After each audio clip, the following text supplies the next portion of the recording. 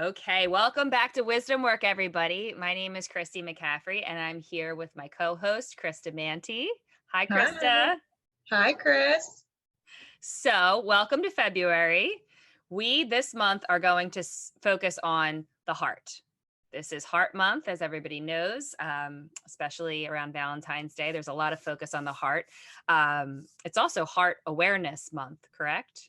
Yes. Yes. Heart health. Yep. Heart health awareness. So, great time we thought for us to talk about being heart centered and how we can live with a more open heart and how we can be more intentional with acting from our heart. So, that's what the conversation today is going to be about. Before we get into that, we wanted to share with you this incredible experience that we had over the weekend. Krista and I hosted our very first virtual retreat together, and it was amazing, wasn't it? It was so talk about heart opening. I mean, it was such an opportunity for I think everybody that participated felt this relief that like we can access this quiet and get into our heart space just through breathing and just through allowing. So it was just a really beautiful experience and I think experience is a great word because it really allowed for people to have their own experience. It wasn't a lecture, it wasn't too cerebral. It was really a focus on embodiment in the wisdom that we all have within us that we talk about all the time on this podcast and allowing for that lived wisdom to emerge from deep within us. So I had a blast. I can't wait to do more of that.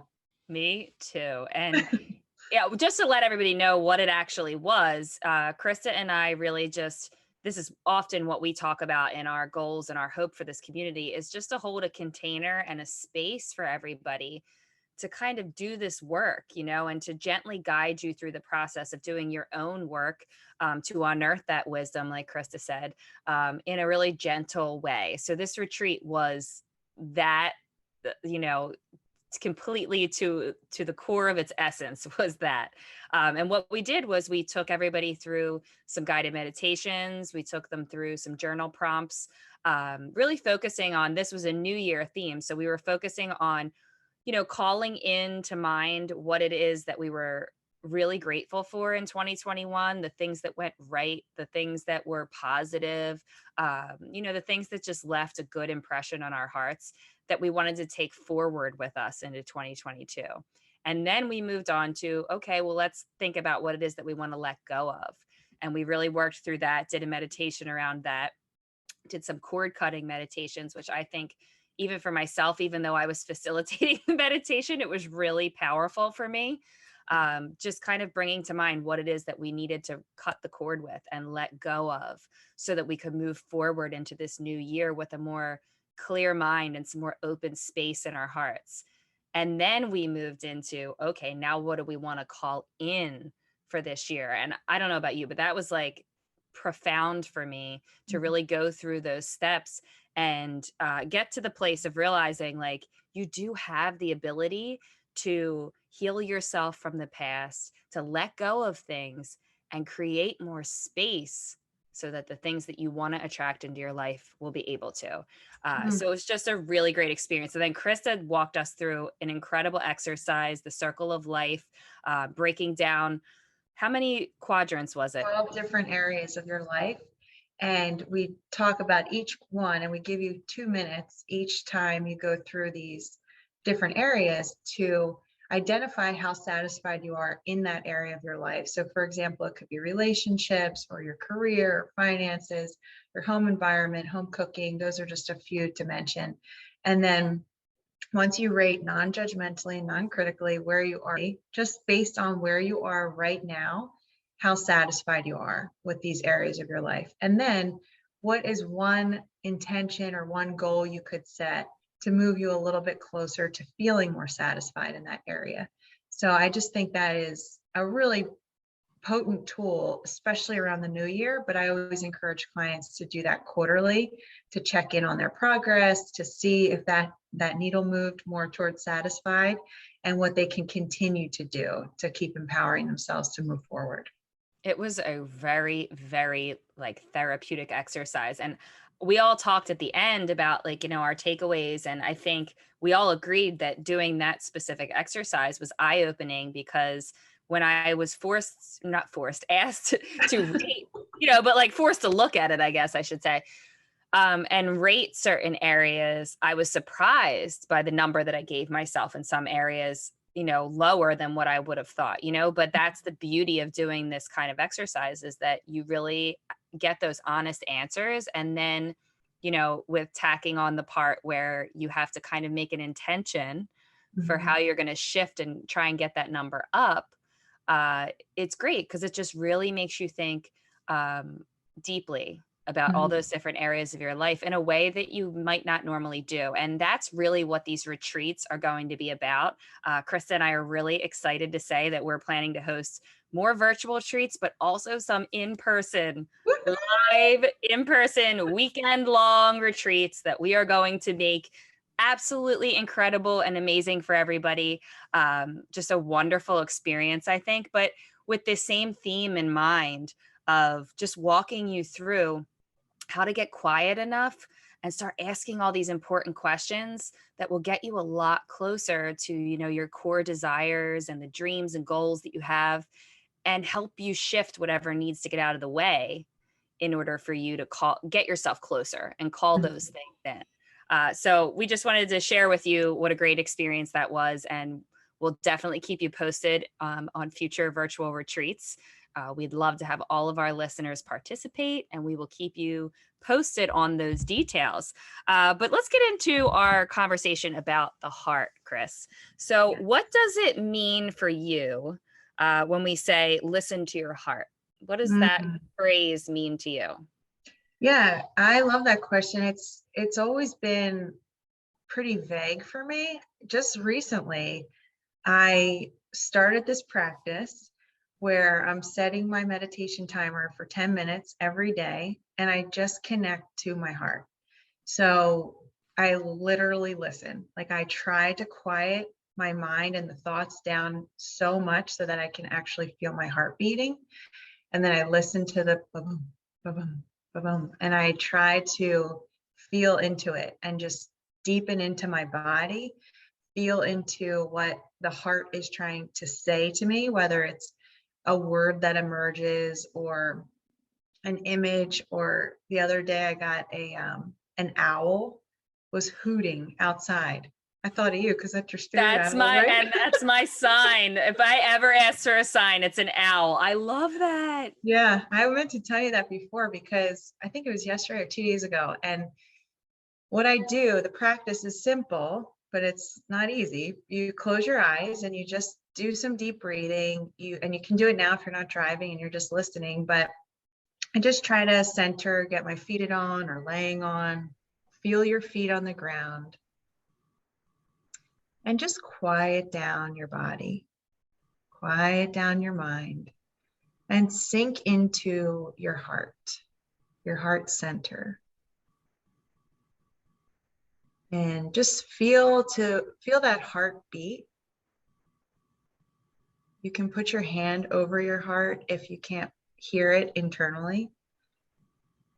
And what I like to do is say a little prayer and ask divine love. I say divine love. You can say whatever you feel connected with. Divine love, show me or tell me the message you want me to remember today. And I just wait and I listen. And I give myself 10 minutes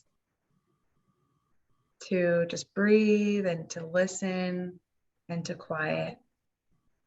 And I really try and just listen.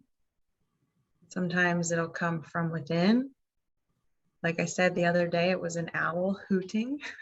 So that gave me the message of listen. That was a beautiful word that came to mind. But a lot of this practice, I've been doing this for almost a month now. And a lot of what I've been learning through my heart wisdom is these words that emerge, they have a similar theme. And most of the time, it's either slow down, relax. Today's was tender. Listen was the owl. So there's just this theme of take it easy, like slow it down, love, relax. These types of messages are coming to me every day for the last month through my heart. And my goal with this practice is to create this pathway so that if I have a big question or a big decision I'm making, that this practice will be there and be available to me because I've been practicing every day. So, Chris, what does it mean for you to listen to your heart?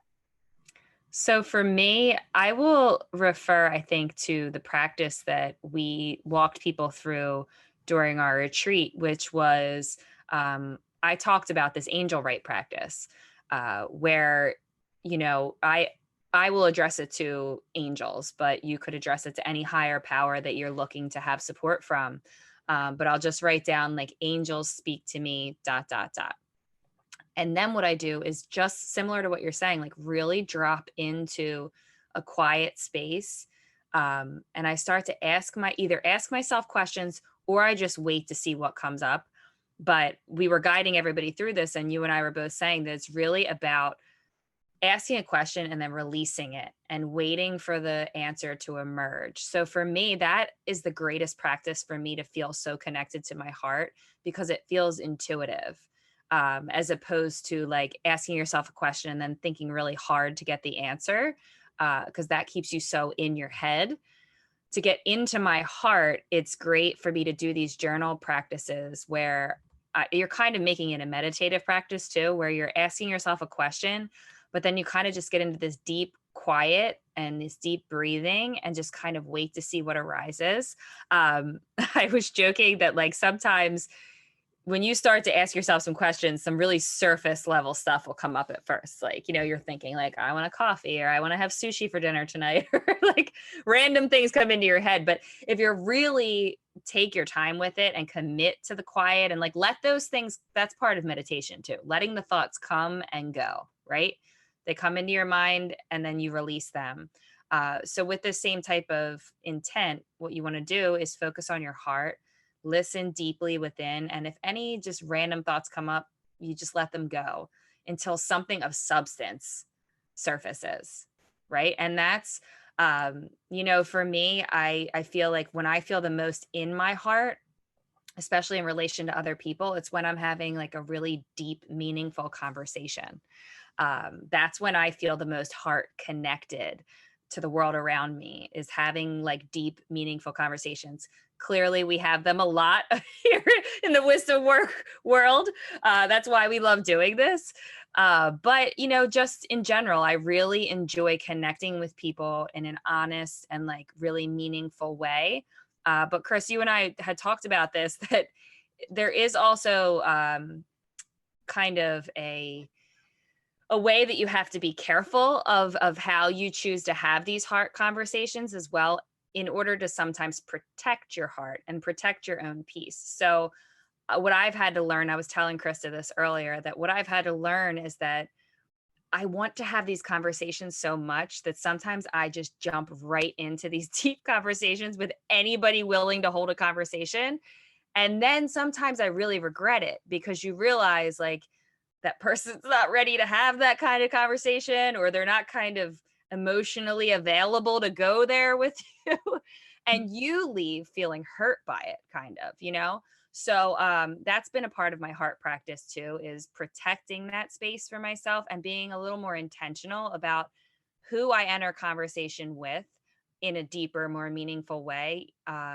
Just being really careful and conscious of that, so as to not get myself in a position where it kind of hurts your heart. It hurts your heart when you open up and you have this really honest conversation, but it's not received or it's not reciprocated, where people just kind of make you feel foolish for opening up and being so honest, that it's just about intentionality. So I'd say those are my thoughts in regard to the heart and how I get most in touch with it. I love it. So, Chris, I love that you brought into the conversation your intuition, because recently I've been trying to do this also, this technique of when I'm in conversation with people and I want I feel myself wanting to share more, I check in to my heart space and my body to say, is this safe? Is this a space where I do want to share more? Is this a space where I'll be received with love? And using that as like a trusting factor for my own friendship with myself and for loving myself, so that I'm not putting myself in a situation where I feel shitty afterwards because I overshared with the wrong person, because I've been in plenty of those situations. Same. And that's a huge tool you just dropped there. Good tip, because I like what you said, is that it's really about protecting yourself, protecting your Mhm. own energy, and setting yourself up for the experience that you want to have, Mhm. like after a while. And I think we both have done this with oversharers at certain times. Like once you've done that enough times and you've felt how shitty it feels, Mhm. you start to realize like, okay, I clearly have to do something different here Right. in order to not feel this way. So, it just takes having that intention, setting that intention of, before you go into conversations, like, who do you feel safe to share with? Who do you feel safe enough to go into these like heartfelt conversations? And, Mhm. just choosing wisely. I love that.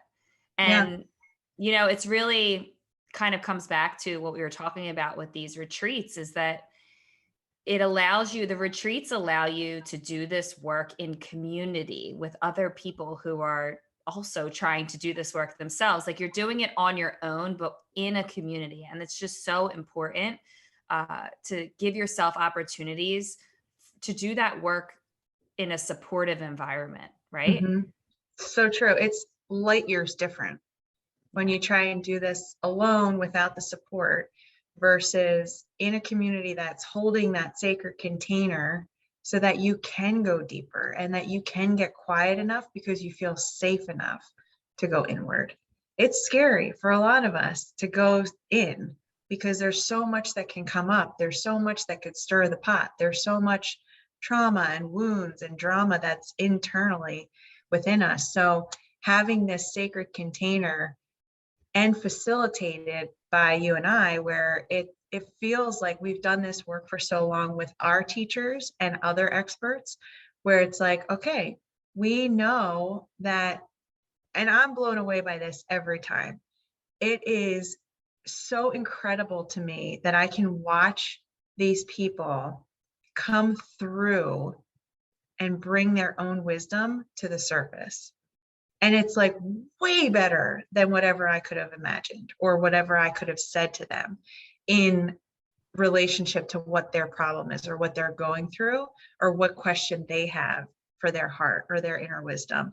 And it's like, some people are feeling safe enough to share with us after a retreat experience. And the things that we heard, I was like, wow, that is Yeah. so beautiful. And Yeah. it's so unique to that person. So this is such an intimate journey, but I love that you said it is personal, but it doesn't have to be solo. Like, we can be in this sacred community together without having to overshare with one another, but knowing that we're all going deep, we're all going there, and we all have that respect that we're holding each and every one of your own experiences yours. And that's like wrapped up in a beautiful bow between you and yourself. Absolutely. And I loved at the end when we opened up and let everybody kind of share what their experience was. Everybody's was different and unique to them, but I still think that all of us could find some sort of nugget of wisdom or some sort of value in what they were sharing. And then that Mhm. makes it a more complete experience for the individual, because you're watching other people have this beautiful experience of their own too. It's Right. just, I think Krista and I are slightly addicted to the retreat environment now. So there's plenty more to come. This is, I think we have found that this is a space that we really enjoy facilitating, and Mhm. there's much more to come in terms of that. So please keep your eyes and ears open for virtual retreats, in-person retreats, and as always, keep listening to the Wisdom Work podcast, because this is where we really just dive into all the heart-centered topics, all the wisdom work stuff. And, you can just keep coming back and listening to Krista and I riff on all these fun, juicy topics. Yes, we love chatting about it and we love hearing from you too. So feel free to email us any feedback, any questions, any topics you want us to talk about. We are here for you. Like we always say, please, we are here to support you. We're cheering you on in your own journey with this. And it's not easy, but it is very, very worth it. Absolutely. Thank you, everybody, for being here. And we'll see you next time on The Wisdom Work with Krista and Christy.